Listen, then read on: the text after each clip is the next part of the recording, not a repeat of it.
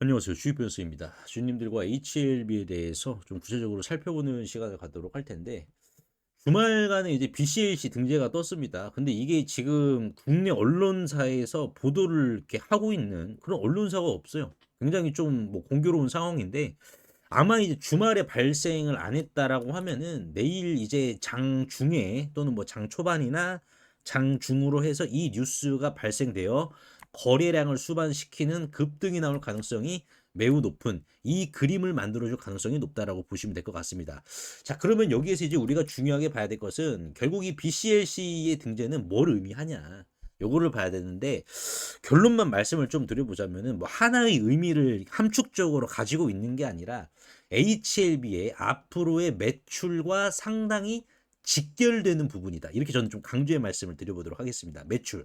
그래서 글로벌 빅파마 사례도 한번 보면서 HLB가 과연 못 성장하더라도 정말 뭐 못 성장하더라도 주가가 얼마까지는 지금 뽑아줘야 될지 이러한 부분을 BCAC를 통해서 우리가 미리 답안지를 손에 쥐어넣는 것과도 마찬가지다. BCLC 자체가 이렇게 보시면 될 것 같아요. 그래서 왜 그러는지 하나하나 좀 살펴보도록 하겠습니다. 이제 항서색 홈페이지 이렇게 나왔죠, 여러분들. 그래서 WI 조합, BCLC 가이드라인에서 1차 치료 권장사항. 이게 이제 궁극적으로 뭘 의미를 하냐면은 BCLC에서 권고하는 거였거든요. 어떤 거냐면은 기존 이제 표적 치료제 뭐 소라페닙이라든지 티센트릭, 아바스틴 그거 제끼고 진행이라든지 전이간세 포함 초기 단계에서 적극적으로 리보세라닉과 캄렐리 주밤을 사용하라는 공식 권고였습니다. BCLC에서. 그러면은 이거는 권고가 되고 채택이 되자마자 어떻게 되냐?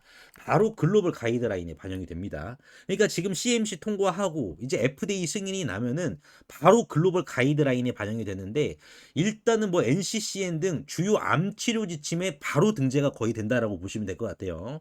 그리고 각국의 국가 가이드라인과 보험 등재, FDA 승인 등 주요 절차에서 임상적 근거로 매우 중요하게 사용이 된다. 매우 중요하게.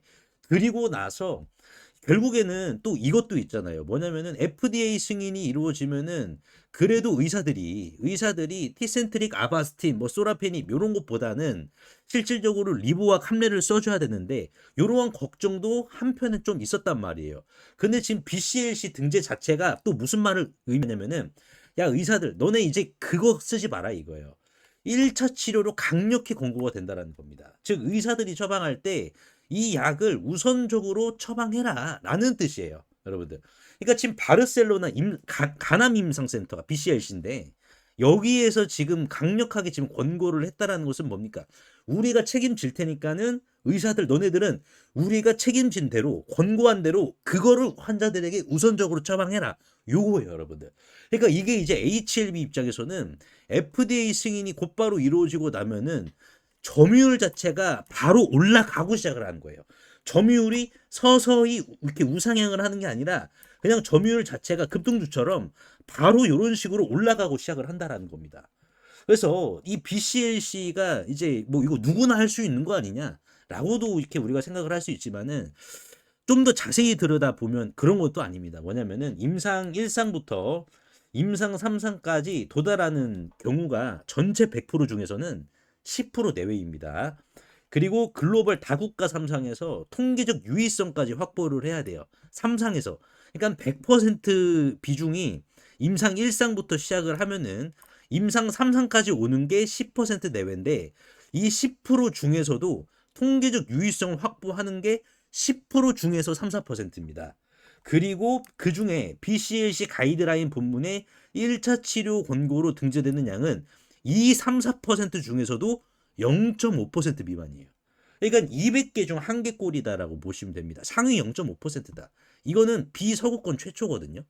그래서 솔직히 이게 뭐 등재라는 게 우리가 이제 뭐 당연하게 생각을 할 수 있고 쉽게 들릴 수도 있지만은 전국에 10만 명 중에 1등 수준이다라고 이해를 하시면 될 것 같습니다. 그 정도로 굉장히 뚫기 어려워요.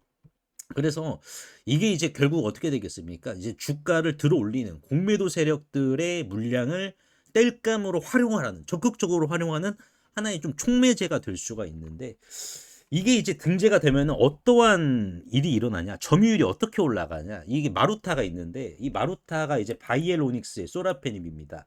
그래서 뭐 여러 가지가 있는데 뭐 대표적인 거니까는 2007년 FDA 1차 치료 최초 승인되고 BCLC 1차 표준 치료로 자리를 잡았어요. 이때 이제 뭐 공교롭게도 당시에 이제 소라페닙을 제외한 간암 1차 치료에 대안이 없었고 얘밖에 없었어요. 그렇다 보니까는 독점적인 1차 점유로 BCLC에서 채택이 되었습니다. 그리고 나서 이제 FDA 승인 이후에 어떻게 됐다? 미국 전역에서 빠른 도입이 관찰이 되었어요.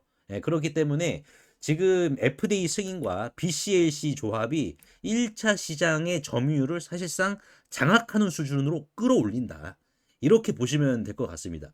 그러면 무엇이 높은 초기 점유로 이어졌냐? 공통분모를 좀 살펴봤을 때 FDA 허가와 BCLC 명시적 권고. 그러니까 이게 순서는 중요하지 않습니다. 순서 자체는 이 두 가지가 쌍으로 조합이 이루어져야 되거든요. 쌍으로. 그러면은 이 두 개가 이제 이꼬르 효과를 만들게 되면은 의사처방 관성이 즉시 전환이 되면서 OS, PFS의 뭐 뚜렷한 우월성이라든지 이러한 부분이 나오면서 보험자라든지 위원회 논의에서 신속하게 수용이 돼서 보험 등재도 순식간에 이루어지게 되는 거예요.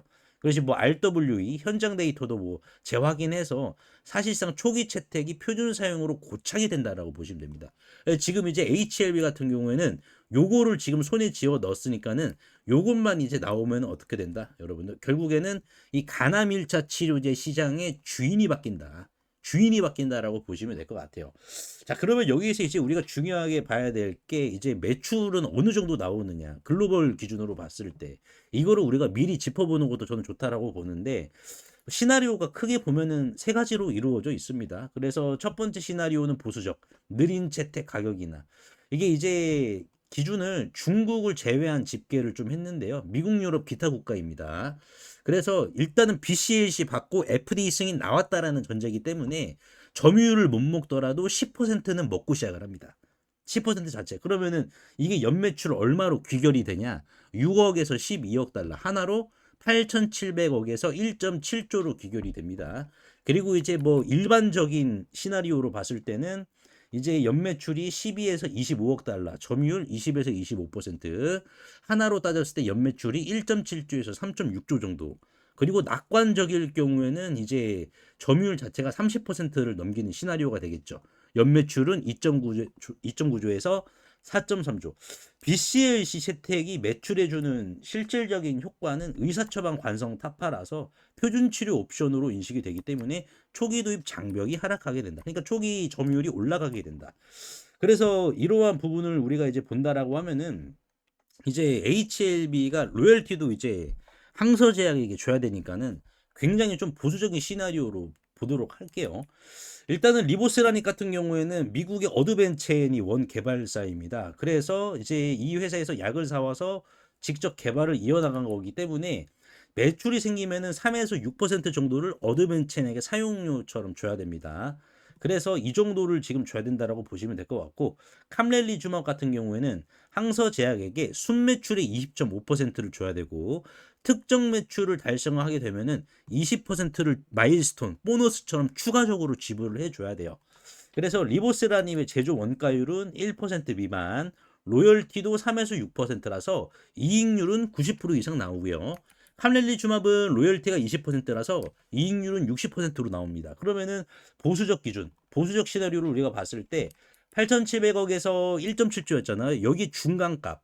여기에 중간값인 1조 2,850억 원을 보수적으로 우리가 적용을 했을 때 캄렐리 주막 항서제약에게 주는 로열티는 이 매출 1조 2,850억 기준으로 1,317억이 되겠고 리보세라님이죠. 어드벤첸 쪽에 주는 로열티는 최대 해봤자 386억 원입니다. 그러면은 HLB가 가져가는 금액, 로열티가 다 공제가 되면은 대략 1.1조에서 1.34조 범위가 되고 중간값으로는 1조 1244억 원이 됩니다.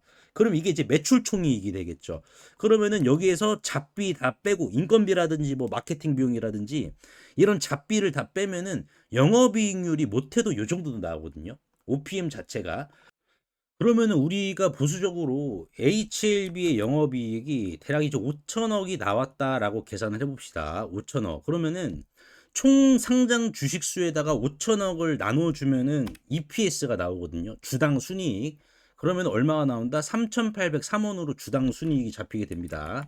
자, 그럼 3,303원에다가 뭐 바이오의 멀티플, 뭐 최소한 50배죠. 50배 정도만 때려주더라도 HLB 적정 주가는 이제 뭐 못해도 보수적이니까는 19만 원이다라고 우리가 인지할 수가 있는 거죠. 19만 원. 그러니까 지금 점유율 자체를 크게 올려서 시작하는 19만 원의 초입을 지금 BCLC로 단단하게 지금 잡아준 것이다. BCLC 자체가. 그러니까 우리가 이제 FDA 승인 자체도 LMR 파트너스죠. LMR 파트너스와 이제 UBS가 단독적으로 지금 주관을 해서 투자 계약이 지금 성사가 됐다라는 것은 뭡니까? 결국에는 지금 FDA 간암일치 치료제 승인도 얘네 둘이 아무리 지금 이제 눈을 씻고 찾아봐도 결국에는 승인이다라는 게 나오는 거예요. 여러분들. 그러니까 이거는 결국 이제 이 LMR 파트너스 입장에서도 HLB가 필요한 거는 기존에 300억이었습니다. 여러분들. 그러니까 지금 이제 2천억을 투자를 받았는데 이게 다 필요하지 않고 HLB는 300억만 필요했었어요. 애초에. 근데 LMR 파트너스 입장에서는 야 그래도 좀 부족할 수 있으니까는 내가 좀 더 쥐어줄게. 근데 이거 쓰려고 하면은 이러한 조건이 있어야 돼. 이것만 걸어준 거예요. 그리고 그 나머지 이제 1,700억에 대한 부분이 묶여 있는데 이거에 대한 이제 이자죠. 이자 3.8%를 또 HLB가 가져갑니다. 여러분들. 그러면은 이게 연간 이자가 이제 5년을 기준으로 했을 때 380억 정도가 돼요. 이거를 이제 HLB가 가져가는 거예요. 이런 식으로 얘네들이 배려했습니다. 왜?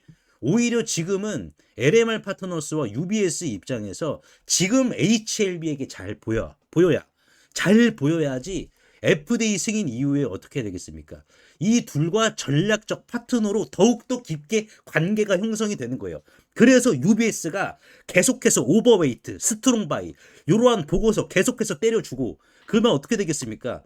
주가 자체가 19만 원에서 끝나겠냐고. 여러분들 19만 원에서 끝나는 게 아니라 알테오 좀 보세요. 알테오 제 40조는 가야지. 시가총액을 셀트리온 시가총액 비슷하게.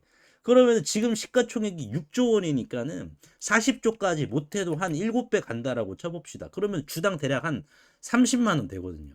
그러니까 제가 여러분들께 말씀을 드렸던 19만 원은 그냥 이건 애교죠. 여러분들. 애교고 실질적으로 지금 LMR 파트너스와 UBS 입장에서는 국내에서 제2의 알테오젠을 찾고 있었던 거야. 제2의 알테오젠을 발굴하고 있었는데 UBS가 이걸 단독으로 주관을 했다라는 것은 결국에는 뭐예요? LMR 파트너스 입장에서도 리스크가 있는데 그거를 본인들이 총대를 매겠다라고 한 거예요, 여러분들. 이게 중요해요. UBS 내가 총대 매고 할 테니까는 너는 그냥 투자만 해라. 이 정도예요. 그러면 뭐예요? 승인이라든지 리스크 우리가 우려는 할 수 있지만은 큰 그림은 뭡니까? 결국 큰 그림은 UBS에서 뒷배로 지금 있다라는 부분이 있기 때문에 이러한 부분을 봤을 때는 지금 우리가 이제는 30만 원의 새로운 그림이 새 그림이 그려지는 초입의 과정에 있기 때문에 절대 흔들리면 안 되는 구간이라는 거죠. 알아서 좋은 이슈가 나오잖아요, 여러분들. BCLC가 뭐 어중이 떠중이들이 받는 것도 아니고 전국체전이 아니라 올림픽 금메달리스트라는 거예요. 올림픽 우승자입니다. 그게 지금 BCLC로 증명이 된 거예요. 그러면 리보세라님 또 글로벌 빅파워 병용 이루어지겠죠. 이것도 UBS가 단독으로 주관을 해주겠죠, 여러분들. 안 그러겠습니까? 그래서 오늘 제가 이제 HLB 좀 분석 도와드렸는데 주주분들 도움이 되셨다면 구독과 좋아요 한 번씩만 눌러주시면 감사하겠고 그리고 제가 이제 HLB 주주분들 위해서 매일 아침마다 거래량이 수반돼서 급등이 나올 만한 주식 매일매일 제가 좀 꾸준하게 초지일관되게 공유해드린다라고 약속을 드렸습니다. 그래서 주주분들 HLB는 얘는 장롱에다가 묵혀놔야 돼. 그러면 이거 묵혀놓는 동안 내 계좌에 당일시를 뿌려서 당일 수확할 수 있는 요러한 구조까지 하나 좀 만들어 놓으면은 아주 여러분들 금상첨화가 되겠죠. 예, 그래서 요거 제가 한번 말씀을 드려보도록 할 테니까는 꼭 챙겨가시길 바라겠습니다. 50만 원의 기적 11월 7일 금요일 24일 차에 접어들고 있습니다. 그래서 24일 차에 총 누적 수익 금액은 50만 원으로 시작해서 이제 413만 원을 기록을 했는데요. 많은 분들이 물어보세요. 뭐냐면은 이 50만 원으로 정말 시작한 거 맞냐라고 하시는데 50만 원으로 시작을 한 게 맞습니다. 왜냐면은 이 50만 원으로 제가 뭐 1억을 만들자 요게 아니에요. 우리가 50만 원으로 시작을 하면은 사실상 분산 투자를 하지 못합니다. 분산 투자를 하지 못한다라는 것은 뭐예요? 종목에서 정말 A급 종목을 골라야 된다는 겁니다. 그래서 기법은 후순위입니다. 가장 선순위가 A급 종목에서 놀아야지 이런 식으로 수익이 눈덩이처럼 내 계좌가 나이키 곡선처럼 이렇게 올라가는 거거든요. 그래서 이 50만 원의 기적은 많은 분들이 기법에 이렇게 의존을 하시는데 사실상 종목이 가장 우선순위고 선순위입니다. 그래서 내가 아무리 시드가 적더라도 정말 좋은 종목들, 시장에서 거래대금 터지면서 집중 수반 받고 있는 종목들, 그런 종목에서만 여러분들 내가 기법을 모른다 하시더라도 그 종목에서만 놀더라도 여러분들 50만 원으로 수익을 낼 수 있다는 것을 제가 이 50만 원의 기적 2기를 통해서 보여드리고 있는 겁니다. 내가 씨를 많이 갖고 있어. 내가 씨를 갖고 있는데 이 씨를 무럭무럭 자라게 하려면은 어떠한 밭에다가 씨를 뿌려야 되느냐. 자갈이 많은 밭에다가 씨를 뿌려야지 내가 만족할 만하게 수확을 할 수 있느냐. 아니면은 자갈도 없고 정말 양지 바른 아주 기름 철철 넘치는 요러한 밭에다가 이제 씨를 뿌려야 만족할 만한 수확을 할 수 있을 거 아니겠습니까? 그래서 이런 식으로 지금 50만 원의 기적은 진행이 되고 있다라고 보시면 될 것 같습니다. 그래서 이 50만 원의 기적은 문자와 텔레그램을 통해서 같이 진행이 되고 있는 상황인데 이제 금요일 같은 경우에 어떻게 리스크 관리가 들어갔는지 좀 보여드리자면은 고형 매도했습니다. 목요일 날 9시 28분 18,000원 이하 똑같이 텔레그램 방이랑 남겨드렸어요. 그래서 이제 이거 수익 내고 나오고 그 다음에 이제 금요일 매매 전략을 어떻게 구성을 했냐면은 로보티즈 8시 50분에 시초가로 제가 남겨드렸습니다. 왜? 과대 낙폭. 로보티즈는 지금 전략방이죠. 11월 6일 목요일 날 텔레그램 방에서도 제가 이렇게 남겨드렸던 종목이었습니다. 10시 13분에 수정된 메시지가 아니죠. 그리고 이제 11월 7일 금요일 개장 전이죠. 8시 53분에 로보티즈에 대해서 추가 매수 가격대 대응 어떻게 하셔야 되는지까지도 남겨드렸습니다. 그래서 전략방과 이제 50만 원의 기적은 평균 단가 차이가 얼마 안 났습니다. 그래서 로보티즈 같은 경우에는 금요일 시초가를 얼마에 시작을 했죠? 20만 4,500원으로 시작을 한 거죠, 여러분들. 자, 그래서 로보티즈는 너무 많이 밀렸고 우리가 일봉을 봤을 때 이 장대 양봉의 시가를 이탈한 상황이었습니다. 그러니까 이거는 투매가 나왔어, 아침부터. 근데 주식이라는 게 투매가 나와야지 반등이 잘 나옵니다. 그래서 실질적으로 이제 로보티즈도 반등이 나와서 9시 14분 로보티즈를 22만 5천 원에서 9.8% 수익을 챙기겠습니다라고 제가 말씀을 드려서 로보티즈로 30만 원 정도의 수익을 챙길 수가 있었고요. 그리고 바로 어떤 종목을 들어갔냐? 삼성공조라는 종목을 들어갔습니다. 삼성공조. 이게 약간 이제 거래대금이 나오지 않았던 종목이다 보니까는 잡주로 취급을 할 수 있는데 제가 이제 삼성공조를 드린 이유가 뭐냐면은 텔레그램 방에서도 제가 남겨드렸습니다. 뭐냐면은 일단은 뭐 고영이 이제 초반에 밀리고 있어가지고 눌림목으로 잡을까 했지만은 일단은 취소하고 삼성공조로 대체를 했는데 그 이유가 뭐냐면은 전일 고영과 같다라는 거예요. 종목 이름만 다르지 고영과 같은 개념으로 접근했다. 왜냐하면 거래량 상승 과정 중에 있는 종목이 거래량이 건설이 되었는지 거래량이 건설이 되었다라는 것은 뭘 의미하냐? 주도 세력들이 적극적으로 샀다라는 것을 의미해요. 이거를 보기 위해서입니다. 반대로 이제 일동제약처럼 거래량이 없는 상승은 뭐야? 세력들이 사실 않는다는. 그러면 우리가 왜 사냐 이거예요. 그러니까 거래량이 빠딱 섰으면은 주도 세력이 샀다라는 거기 때문에 우리도 과감해질 필요가 있습니다. 그래서 제가 이제 9시 8분에 이런 식으로 남겨드렸고 삼성공조가 16,300원일 때 제가 이렇게 말씀을 드렸습니다. 뭐냐면은 지금 얘가 거래량이 금요일에 거래량이 섰잖아요. 이런 식으로 섰는데 기준봉이 뭐였냐? 요때였어요. 윗꼬리. 요 윗꼬리의 거래량과 비교를 해봤을 때 얘는 그 거래량을 넘어섰습니다. 그러면은 추가 상승 갱신의 확률이 매우 높다라는 거예요. 그래서 자 이것도 어제 고영 얻어 걸린 거 아니냐라고 하시는 분들 계셔서 제가 9시 16분에 지켜보셔라 이렇게 말씀을 드렸습니다. 그리고 나서 어떻게 됐다? 슈팅이 나왔죠. 제가 호가창까지 다 이제 찍어서 투명하게 보여드리고 있습니다. 9시 20분에 16,700원 슈팅 나오고 나서 제가 이런 식으로 매도하겠습니다라고 제가 말씀을 드렸습니다. 50만 원의 기적 로보티즈를 9시 14분에 매도하자마자 바로 9시 14분에 16,300원. 자 9시 14분이 언제다 여러분들? 대략 요 자리 정도 갑니다. 9시 14분이 요 자리입니다. 요 자리에 딱 들어갔다라는 거예요. 그리고 나서 자 반등 줄 때 이제 제가 이런 식으로 매도하셔야 됩니다라고 문자까지 제가 남겨드렸습니다. 9시 31분에 이제 삼성공조 같은 경우에도 오늘 이렇게 50만 원의 기적에서 얼마 안 들어가잖아요.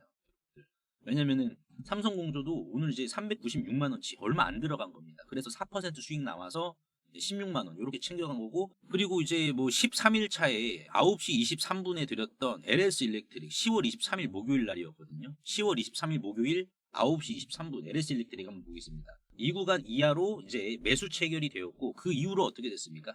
그 이후로 10월 23일이 요때거든요. 요때가 10월 23일인데 거래량이 수반된 종목을 우리가 끌고만 가더라도 이런 수익 낼 수 있다는 거예요. 여러분들도 충분히 하실 수가 있다. 물론 이제 뭐 이때 당시 10월 23일 포스코 인터내셔널을 10시 21분에 6만 원으로 들어갔는데 얘는 손절을 했습니다. 포스코 인터내셔널도 2% 정도 손절을 했죠. 이 내역이랑 비교해 보시면 투명하게 다 제가 기록을 하고 있습니다. 그래서 50만 원의 기적 최근 신청자분들이 좀 많으세요. 그래서 이렇게 대기를 약간은 좀 하셔야 될 수도 있는데, 대기하실 때 동안 이런 식으로 실시간 텔레그램 대기방에서 50만 원의 기적 못지않게 거의 똑같이 여러분들 꾸준히 수익을 좀 챙겨가시면 되는데요. 상단에 보이시는 제 개인 번호로 이적이라고 간단하게 문자 한 통만 남겨주시면 되는데, 항상 이제 설명창에 이렇게 간편 문자 보내기 제가 링크를 걸어드렸습니다. 요거 한 번만 터치해 주시면은 2초 이내로 바로 문자 이렇게 보내실 수 있으니까요. 제가 확인 후에 전략방 링크를 남겨드리도록 할 테니까는 요거 터치하셔가지고 바로 입장하시면 될 것 같습니다. 세계적인 휴머노이드 기술 발전에도 불구하고 아직까지 해결하지 못한 난제로 남아있는 분야가 있습니다. 바로 배터리인데요. 현재까지의 휴머노이드는 비약적인 기술 발전을 이룩시켜서 벌써부터 이렇게 사람을 복제하는 수준의 휴머노이드 기술을 중국에서는 선보이고 있는 상황입니다. 그래서 보시면은 완전 인간을 모방화하는 이러한 휴머노이드 개발 발전 단계에 진입한 것을 확인을 할 수가 있는데요.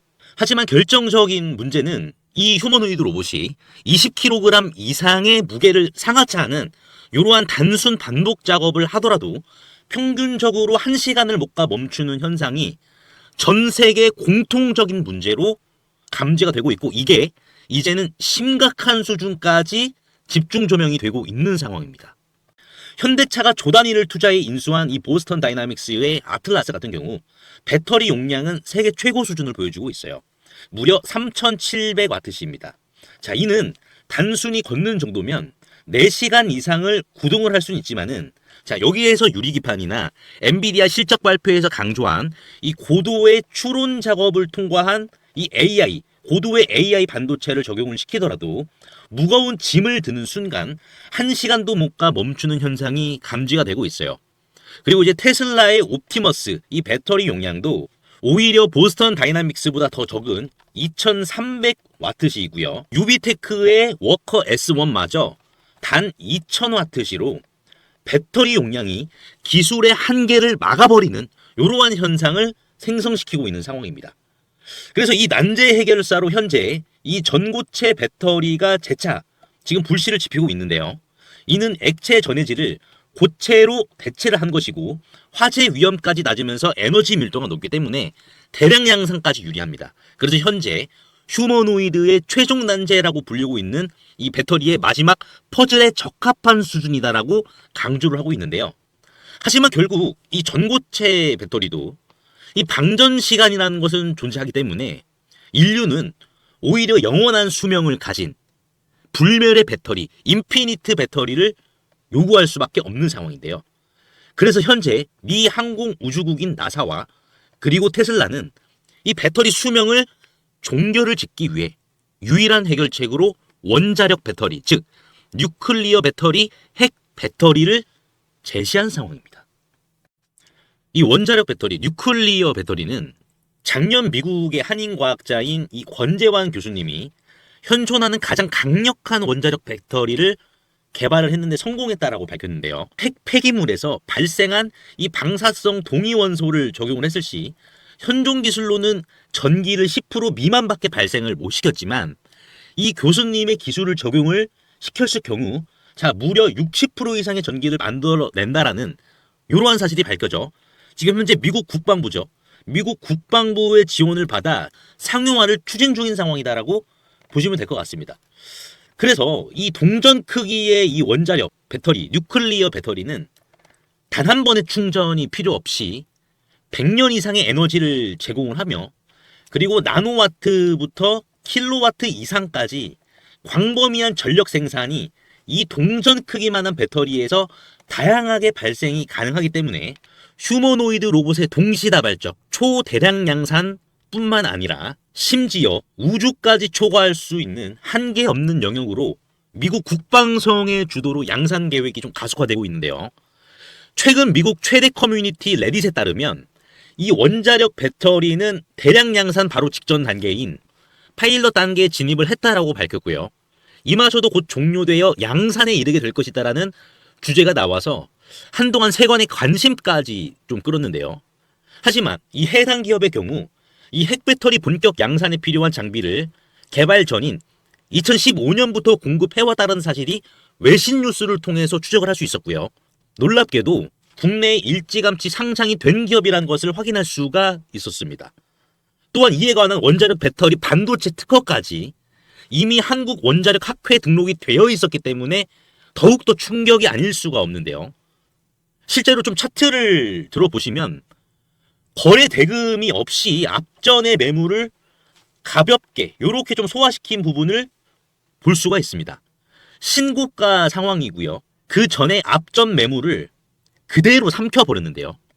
이를 토대로 세력들의 강력한 2차 사이클을 더욱더 확실히 좀 기대해 볼 수 있을 것으로 지금 해석이 되고, 최근 레인보우 로보틱스가 안 그래도 가볍지 않은 시가총액 2조 원에서 8조 원까지 기록을 했지만 이 해당 기업은 단 800억 원에 불과하기 때문에 오히려 긁지 않은 복권이지 않을까요?